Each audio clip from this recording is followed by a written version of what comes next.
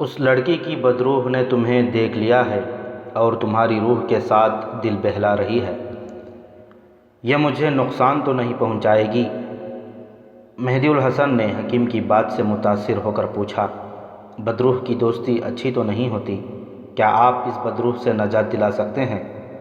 میرا شک غلط ہو سکتا ہے، حکیم نے کہا۔ پہلے دوائی دوں گا، افاقہ نہ ہوا تو بدروح کا کچھ کروں گا، میرے پاس اس کا بھی علاج ہے۔ تعویذ دوں گا، عمل کروں گا، ضرورت پڑی تو اس بدروح کے ساتھ تمہاری ملاقات کرا دوں گا۔ بدروح سے نجات حاصل کرنے کا یہ بھی ایک طریقہ ہوتا ہے، بدروح کوئی نقصان نہیں پہنچائے گی۔ مہدی الحسن قابل اور ذہین جاسوس تھا، لیکن وہ عالم فاضل نہیں تھا۔ اپنی قوم کے ہر فرد کی طرح جنات، چڑیلوں اور بدروحوں کے وجود پر یقین رکھتا تھا۔ اس نے ان کی جو کہانیاں اور روایتیں سنی تھیں انہیں سچ مانتا تھا۔ حکیم کا ایک ایک لفظ اس کے دل میں اتر گیا اور اس پر بدروح کا خوف طاری ہو گیا۔ وہ حکیم کے پاس جاسوسی کے لیے نہیں، علاج کے لیے ہی گیا تھا۔ حکیم نے اسے تسلی دی کہ وہ کوئی فکر نہ کرے، لیکن وہ فکر مند ہو گیا۔ حکیم نے اسے دوائی کی صرف ایک خوراک دی اور کہا کہ رات سونے سے پہلے کھا لے۔ اس نے سونے سے پہلے یہ دوائی کھا لی، اسے فوراً نیند آ گئی۔ اس سے پہلے اس کی اتنی جلدی آنکھ کبھی نہیں لگی تھی۔ صبح آنکھ کھلی تو اس نے محسوس کیا کہ اس کی طبیعت غیر معمولی طور پر حشاش بشاش ہے۔ وہ سب سے پہلے علی بن سفیان کے پاس گیا، اسے یہ نہ بتایا کہ اس نے اس پہاڑی علاقے میں حکیم کو جڑی بوٹیاں تلاش کرتے دیکھا تھا۔ یہ بتانے والی بات نہیں تھی، کیونکہ حکیم کوئی مشکوک انسان نہیں تھا۔ وہ قاہرہ کا اتنا مشہور اور قابل حکیم تھا کہ فوج اور حکومت کے بڑے بڑے افسر بھی اس کے پاس علاج کے لیے جاتے تھے۔ اس کے متعلق یہ بھی مشہور تھا کہ تعویذ بھی دیتا اور جنات وغیرہ کو بھی قبضے میں رکھتا ہے۔ علی بن سفیان نے مہدی الحسن سے کہا کہ وہ اسی جگہ جائے، اسے وہاں کوئی نہ کوئی مشکوک انسان ضرور نظر آئے گا۔ علی بن سفیان دراصل تخریب کاروں کے ایک اڈے کی تلاش میں تھا۔ مہدی الحسن اس طرف جاتے حکیم کے پاس چلا گیا۔ وہ گڈریوں کے لباس میں تھا۔ اس نے حکیم سے کہا کہ وہ صبح سویرے اتنی دور سے یہ بتانے آیا ہے کہ رات اسے بہت گہری نیند آئی ہے اور اب وہ اتنا حشاش بشاش ہے جتنا وہ پہلے کبھی نہیں ہوا تھا۔ اگر شام تک تم اسی حالت میں رہے تو بدروح نہیں ہو سکتی، حکیم نے کہا۔ شام کو پھر آ جانا۔ مہدی اونٹ پر سوار ہوا اور اپنی ڈیوٹی پر روانہ ہو گیا۔ اس سرسبز جگہ وہ بہت دنوں سے جا رہا تھا اور سارا دن وہاں رہتا تھا۔ رات کو بھی وہاں گیا تھا، مگر اب حکیم سے ملاقات کے بعد اسے اس جگہ سے ڈر محسوس ہونے لگا۔ حکیم نے اسے بتایا تھا کہ بدروح نقصان نہیں پہنچائے گی، کیونکہ وہ محبت کی خاطر اس کی روح کے پاس آتی ہے۔ پھر بھی اندیکھی پر اسرار مخلوق کا ڈر قدرتی تھا۔ اسے ایسے محسوس ہونے لگا جیسے اس کے گرد بدروحیں منڈلا رہی ہوں۔ وہ دلیر آدمی تھا، ڈر کو دل سے نکالنے کی کوشش کرنے لگا اور بدروح کو تصور میں لانے لگا جس کا ذکر حکیم نے کیا تھا۔ اس تصور نے اسے تسکین دی اور وہ ادھر ادھر گھومنے لگا۔ اچانک اس نے محسوس کیا کہ اس کی طبیعت جو اتنی زیادہ حشاش بشاش تھی بجھ رہی ہے اور دل پر گھبراہٹ طاری ہو رہی ہے۔ اس نے اپنے آپ کو سنبھالنے کی بہت کوشش کی، لیکن گھبراہٹ بڑھتی گئی اور اس نے حکیم کو اپنی جو تکلیف بتائی تھی وہ پہلے کی نسبت زیادہ ہو گئی۔ اس نے اسی وقت حکیم کے پاس جانا چاہا، لیکن ڈیوٹی نہیں چھوڑ سکتا تھا، برداشت کرتا رہا۔ بہت دیر بعد اس کی طبیعت گھبراہٹ سے آزاد ہونے لگی اور آہستہ آہستہ اسی حالت میں آ گئی جس میں کل دوائی کھانے سے پہلے تھی۔ اسے یقین ہونے لگا کہ یہ بدروح کا اثر ہے۔ دن گزر گیا۔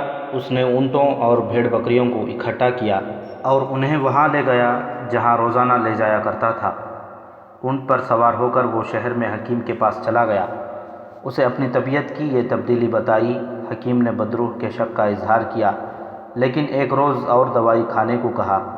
اس نے دوائی دے دی جو مہدی الحسن نے رات سونے سے پہلے کھا لی۔ گزشتہ رات کی طرح اسے گہری نیند آئی اور صبح طبیعت شگفتہ تھی۔ وہ روز مرہ کی طرح علی بن سفیان کے پاس گیا اور وہاں سے اپنی ڈیوٹی کی جگہ چلا گیا۔ اس کی جسمانی حالت اچھی رہی، ذہنی حالت یہ تھی کہ بدروح کا خیال غالب تھا۔ آدھا دن گزرا تو اس کی شگفتگی کم ہونے لگی۔ جو آہستہ آہستہ ختم ہو گئی اور اس کی جگہ گھبراہٹ اور اداسی آ گئی۔ اس نے دھیان ادھر ادھر کرنے کی کوشش کی اور ٹہلنے لگا۔ پھر آہستہ آہستہ طبیعت ٹھکانے آ گئی۔ اس کے کانوں میں ایسی آواز پڑی جیسے دور کہیں کوئی عورت رو رہی ہو۔ رونے کی آواز بلند ہوئی، پھر مدھم ہوتے ہوتے خاموش ہو گئی۔ مہدی الحسن جہاں تھا وہیں رہا۔ یہ کوئی بدروح رو رہی تھی، اور یہ وہی بدروح ہو سکتی تھی جس کا ذکر حکیم نے کیا تھا۔ مہدی الحسن کے دل پر خوف طاری ہوا، جس پر اس نے قابو پا لیا۔ اس نے یہ ارادہ کیا کہ بدروح سے بات کرے، لیکن حکیم نے اسے بتایا نہیں تھا کہ بدروح کے ساتھ بات کرنی چاہیے یا نہیں۔ اگر وہ کسی اور جگہ اور مختلف ماحول میں کسی عورت کے رونے کی آواز سنتا تو دوڑ کر مدد کو پہنچتا، لیکن یہاں کسی جیتی جاگتی عورت کا کوئی کام نہیں تھا۔ یہ فرعونوں کے دور کی کسی لڑکی کی بدروح تھی۔ شام کو وہ کل کی طرح حکیم کے پاس گیا اور اسے بتایا کہ اس کی حالت کیا ہوئی اور اس نے کیسی آوازیں سنی۔ حکیم گہری سوچوں میں کھو گیا اور بولا، میرا شک یقین میں بدل گیا ہے، یہ بدروح ہے۔ گھبراؤ نہیں، میں ابھی ایک تعویذ دوں گا، پھر بدروح سے پوچھوں گا کہ کیا چاہتی ہے، اس کے مطابق کچھ اور کروں گا، لیکن تمہیں ڈرنا نہیں چاہیے۔ یہ بدروح تمہارے ساتھ محبت کرتی ہے، اس لیے تمہیں کوئی نقصان نہیں پہنچائے گی۔ تم اس جگہ جاتے رہنا، اگر تم نے اس بدروح سے بھاگنے کی کوشش کی تو نقصان کا خطرہ ہے۔ حکیم نے اسے ایک تعویذ دے دیا جو اس نے اپنے بازو کے ساتھ باندھ لیا۔ میں رات کو اپنا عمل کروں گا، حکیم نے کہا۔ کل صبح میرے پاس آنا، تمہیں بتاؤں گا کہ بدروح کیا ہے۔ تم نے رونے کی جو آوازیں سنی ہیں وہ اسی بدروح کی ہیں۔ یہ بدروح شیطان نہیں، پھر بھی کوشش کروں گا کہ تمہیں اس سے نجات مل جائے۔ مہدی الحسن دل پر تذبذب اور ہیجان لے کر چلا گیا۔ اگلے روز مہدی الحسن کو علی بن سفیان کی طرف سے کچھ اور ہدایات ملی۔ وہ بھاگم بھاگ حکیم کے پاس گیا۔ حکیم جیسے اسی کے انتظار میں بیٹھا تھا، اسے دیکھتے ہی اٹھ کھڑا ہوا اور اسے اندر لے گیا۔ وہ تمہارے ساتھ صرف ایک ملاقات کرنا چاہتی ہے، حکیم نے اسے کہا۔ وہ تمہارے سامنے آئے گی، اپنا آپ دکھائے گی، تم اسے دیکھ سکو گے۔ ہو سکتا ہے پہلے روز وہ تمہارے سامنے آئے اور غائب ہو جائے۔ وہ دوسری دنیا کی مخلوق ہے، شاید اس دنیا کے انسانوں کے قریب آنے سے گریز کرے۔ اگر اس نے ایسا ہی کیا تو تمہیں اگلے روز پھر جانا پڑے گا۔ کہاں؟ وہیں جہاں تم ہر روز جاتے ہو، حکیم نے کہا۔ جہاں تم نے مجھے دیکھا تھا، تم وہاں رات کو جاؤ گے؟ آپ بھی ساتھ ہوں گے؟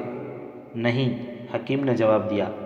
اس جہان میں گئی ہوئی روح صرف اسے نظر آتی ہے جسے وہ چاہتی ہے، اور اگر کوئی گنہگار بدروح کسی انسان پر نظر رکھ لے تو اسے فوراً مار ڈالتی ہے۔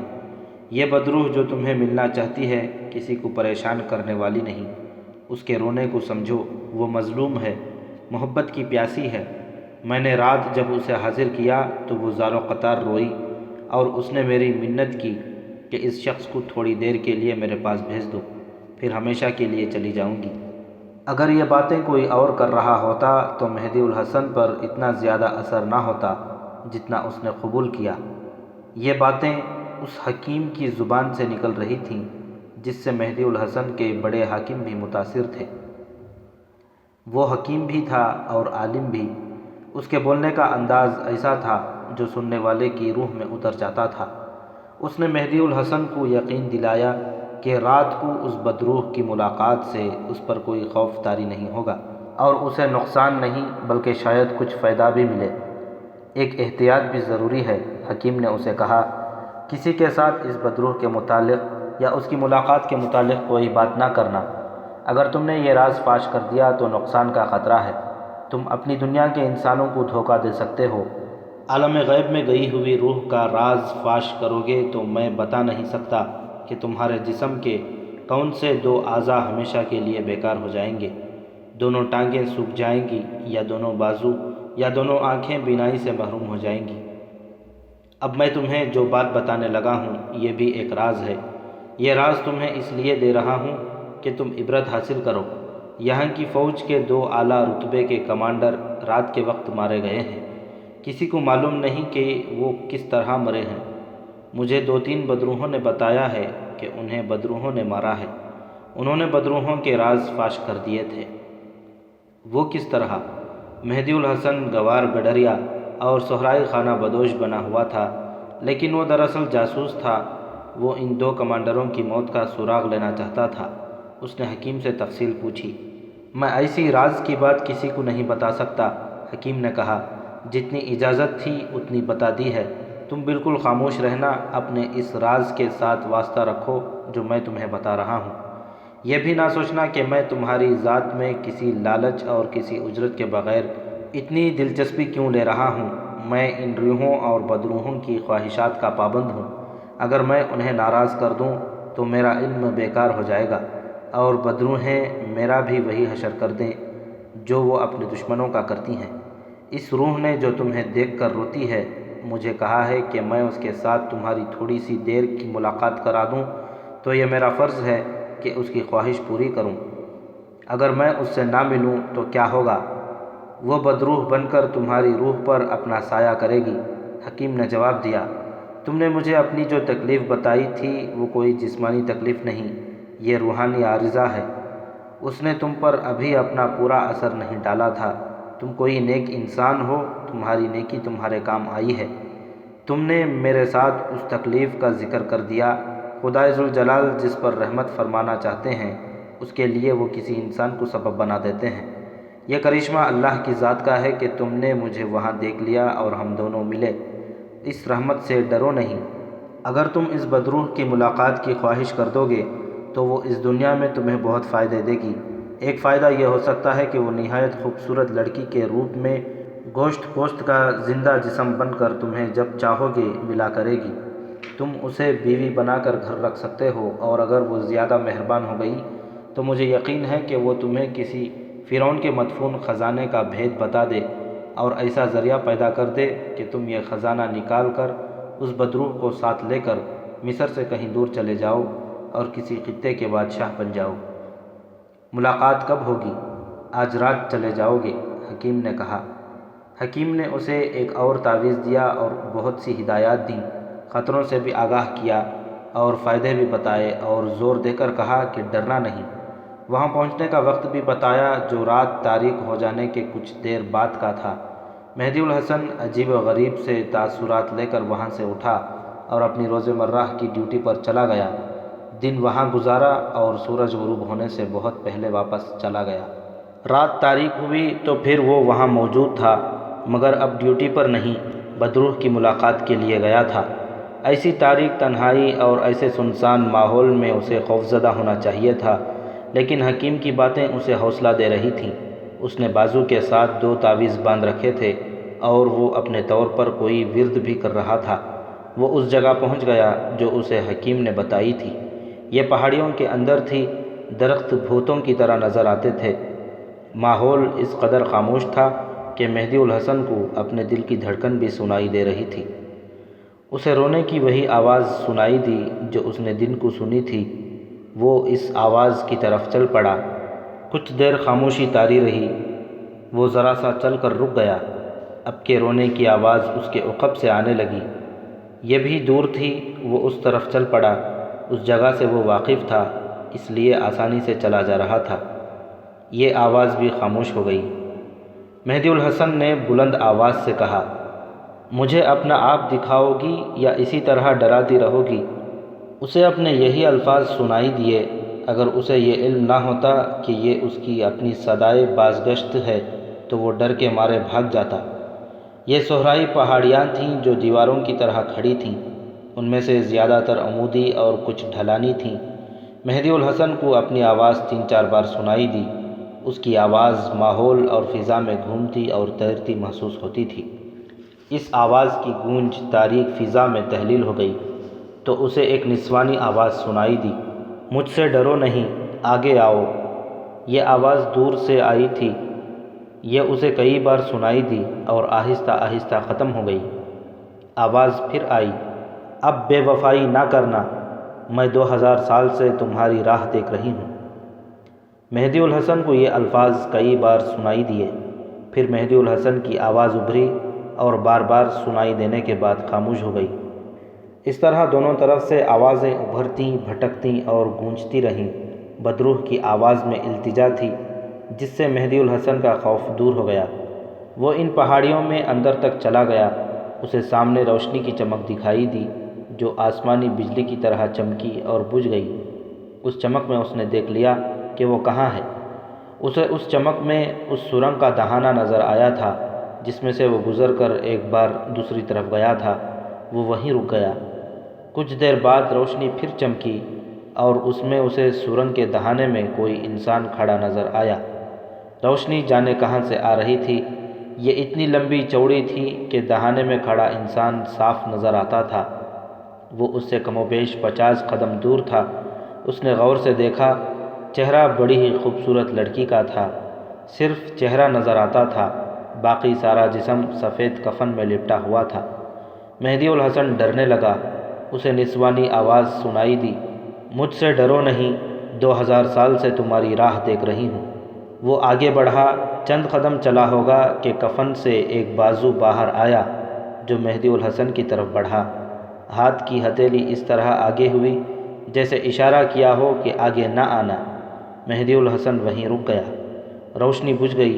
وہ اس طرح انتظار میں کھڑا رہا کہ روشنی ایک بار پھر چمکے گی اور اسے کفن میں لپٹی ہوئی یہ لڑکی نظر آئے گی، مگر اسے آواز سنائی دی، تم پر اعتبار کون کرے، چلے جاؤ چلے جاؤ، مجھ پر اعتبار کرو، مہدی الحسن نے کہا اور آگے کو دوڑا۔ وہ پکارتا جا رہا تھا، میں تمہاری خاطر آیا ہوں، میرے قریب آؤ۔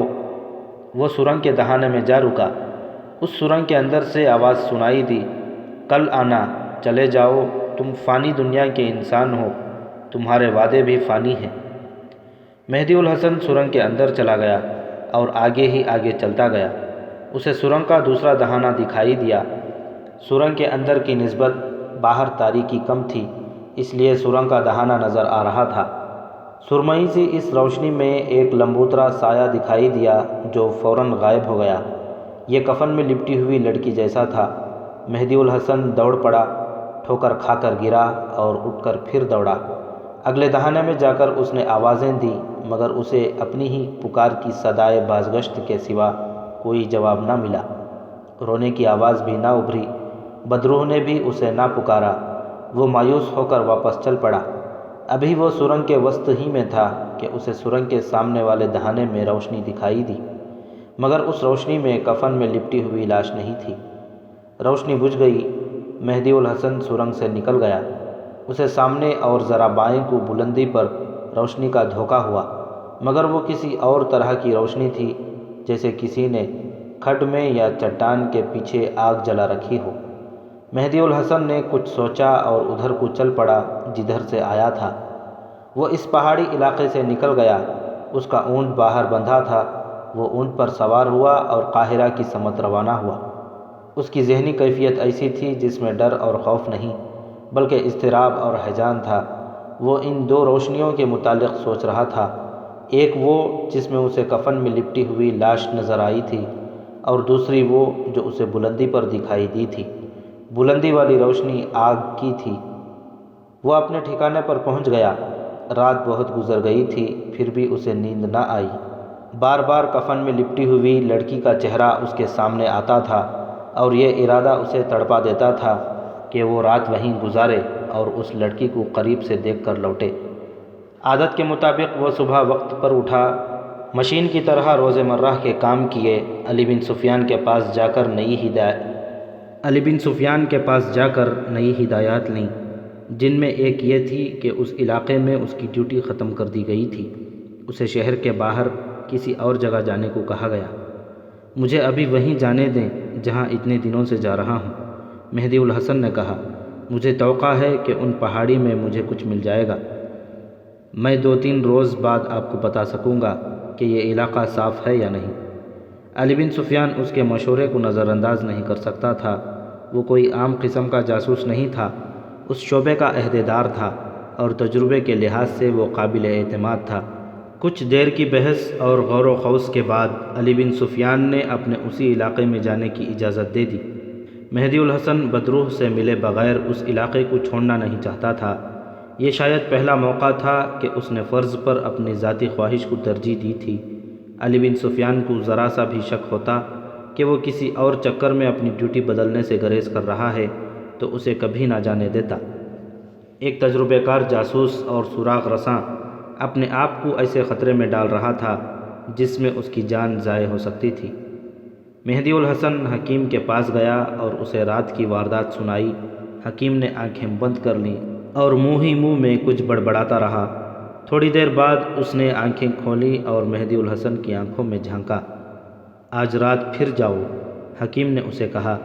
اس پاک جہاں کی مخلوق اس ناپاک دنیا کے کسی انسان کے قریب آنے سے ڈرتی ہے۔ تم کوئی ایسی ویسی حرکت نہ کرنا، شاید آج بھی ذرا سی دیر نظر آ کر وہ غائب ہو جائے۔ تم بے صبر نہ ہو جانا، وہ تمہیں ملنے کو بے تاب ہے، ضرور ملے گی۔ اگر اس ملاقات میں تمہارا فائدہ نہ ہوتا تو میں تمہیں وہاں نہ بھیجتا، تمہاری جان کو بھی کوئی خطرہ نہیں۔ مہدی الحسن چلا گیا، اس علاقے میں گھوما پھرا، سرنگ کے اندر گیا، دوسری طرف گیا، سرنگ کے دہانے سے نیچے اتر گیا۔ اسے زمین پر کپڑے کی ایک پٹی پڑی نظر آئی، اس نے اٹھا لی۔ یہ نصف انچ چوڑی اور کوئی نصف گز لمبی ہوگی۔ اسے وہ دیکھتا رہا اور اپنے پاس رکھ لی۔ وہ پھر سرنگ میں داخل ہوا اور باہر آ گیا۔ اس نے اس بلندی کی طرف دیکھا جہاں رات اسے آگ کا دھوکا ہوا تھا۔ ادھر ڈھلان تھی، وہ سرنگ سے نکل کر ڈھلان پر چڑھنے لگا۔ اسے ایک مردانہ آواز سنائی دی، اوپر نہ جانا، جس کے لیے تم آئے ہو وہ تمہیں رات کو ملے گی۔ یہ آواز گونج کر بار بار سنائی دینے لگی، ہماری دنیا میں آ کر کھوج نہ لگاؤ۔ یہی آواز پھر سنائی دی۔ مہدی الحسن رک گیا۔ اسے ایسے محسوس ہونے لگا جیسے یہ آواز اس کے ارد گرد گھوم رہی ہے۔ وہ اوپر نہ گیا، حیرت زدہ ہو کر ادھر ادھر دیکھتا رہا۔ اس نے سوچا کہ وہ کوئی ایسی حرکت نہ کر بیٹھے جس سے یہاں کی کوئی بدروح اسے نقصان پہنچا دے۔ وہ اس جگہ سے باہر چلا گیا اور ایک جگہ بیٹھ کر سوچنے لگا کہ اس جگہ کی حقیقت کیا ہے۔ دن اسی سوچوں میں گزر گیا اور رات کو وہیں واپس آنے کے لیے چلا گیا۔ سورج غروب ہونے کے بعد جب وہ اس پہاڑی خطے میں جانے لگا تو وہی بھیس بدلا جس میں وہ وہاں جایا کرتا تھا۔ دن کے وقت جب وہ ڈیوٹی پر جاتا تھا تو اپنا لمبا خنجر ساتھ لے جاتا تھا۔ حکیم نے اسے بڑی سختی سے کہا تھا کہ وہ رات کو جب بدروح سے ملنے جائے تو اپنے ساتھ کوئی ہتھیار نہ لے جائے۔ گزشتہ رات وہ خنجر اپنے ساتھ نہیں لے گیا تھا۔ اب شام کو وہ بدروح کی ملاقات کے لیے جا رہا تھا۔ اس نے گڈریوں کا بھیس بدلا، خنجر دیوار کے ساتھ لٹک رہا تھا۔ اس نے خنجر کو دیکھا اور گہری سوچ میں کھو گیا۔ ہدایت کے مطابق اسے خنجر ساتھ نہیں لے جانا تھا، لیکن اس نے گہری سوچ سے بیدار ہو کر خنجر دیوار سے اتار لیا، اپنے کپڑوں کے اندر کمر کے ساتھ باندھ لیا اور باہر نکل گیا۔ اس جگہ پہنچ کر اس نے اونٹ کو بٹھا دیا اور اس جگہ چلا گیا جہاں سے سرنگ کا دہانہ نظر آتا تھا۔ اسے اپنے عقب میں کسی کے قدموں کی آواز سنائی دی جو فوراً خاموش ہو گئی۔ اس کے فوراً بعد اوپر سے پتھر لڑکنے کی آواز آئی جو ایسی بلند تو نہیں تھی، لیکن ایسے سکوت اور ایسی وادیوں میں جو عمودی پہاڑیوں میں گھری ہوئی تھیں۔ یہ آواز لڑکتے پتھر ساکن ہو جانے کے بعد بھی سنائی دیتی رہی، پھر ایسی گونج بن کر فضا میں تیرنے لگی جیسے کوئی سسکیاں اور ہچکیاں لے رہا ہو۔ ذرا اور وقت گزرا تو مہدی الحسن کو رونے کی آوازیں سنائی دیں۔ میرے سامنے آؤ، مہدی الحسن نے بلند آواز سے کہا۔